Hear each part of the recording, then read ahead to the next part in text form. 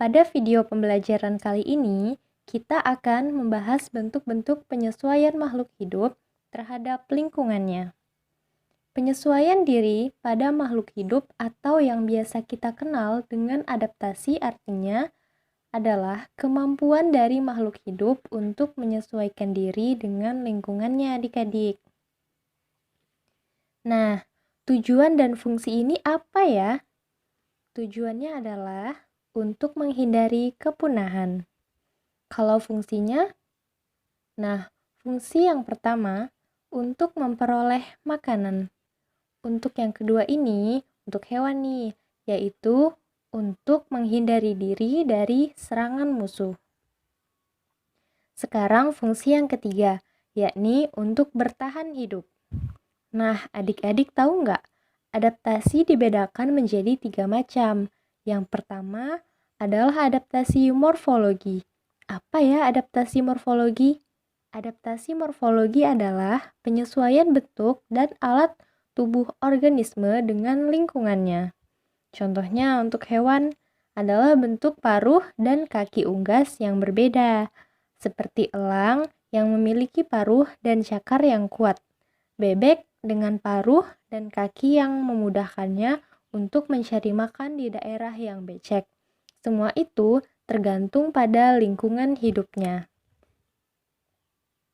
Lalu untuk tumbuhan, biasanya ini pada bentuk daun dan akar yang berbeda.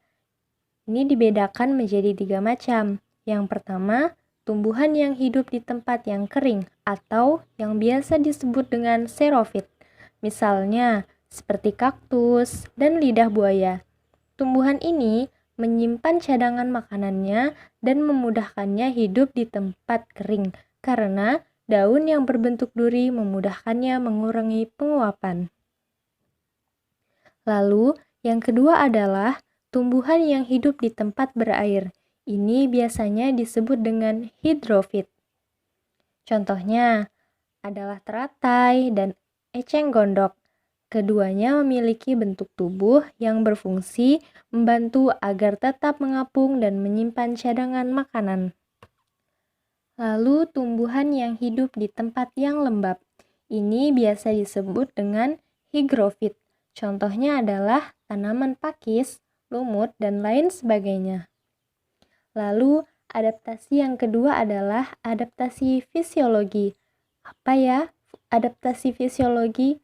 Adaptasi fisiologi adalah penyesuaian fungsi fisiologi organ-organ atau alat tubuh yang digunakan untuk bertahan hidup.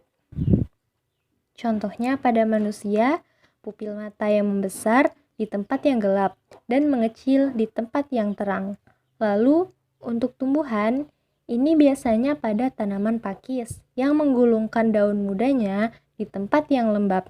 Seperti itu adik-adik. Jangan lupa ya. Lalu, adaptasi yang ketiga adalah adaptasi tingkah laku. Adaptasi tingkah laku pada makhluk hidup dilakukan untuk menyesuaikan diri dengan lingkungannya.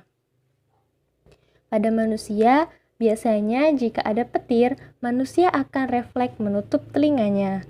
Pada tumbuhan, jika kita amati, tumbuhan akan tumbuh searah dengan datangnya sinar matahari. Sedangkan untuk hewan contohnya adalah cicak yang memutuskan ekornya bila merasa dirinya terancam, atau yang biasa disebut dengan autotomi. Dan bunglon yang memiliki kemampuan mengubah warna di tempat hidupnya, atau yang biasa disebut dengan mimikri. Nah, seperti itu ya adik-adik. Nah, sekian dulu video pembelajaran hari ini. Semoga bermanfaat dan sampai jumpa di video pembelajaran selanjutnya.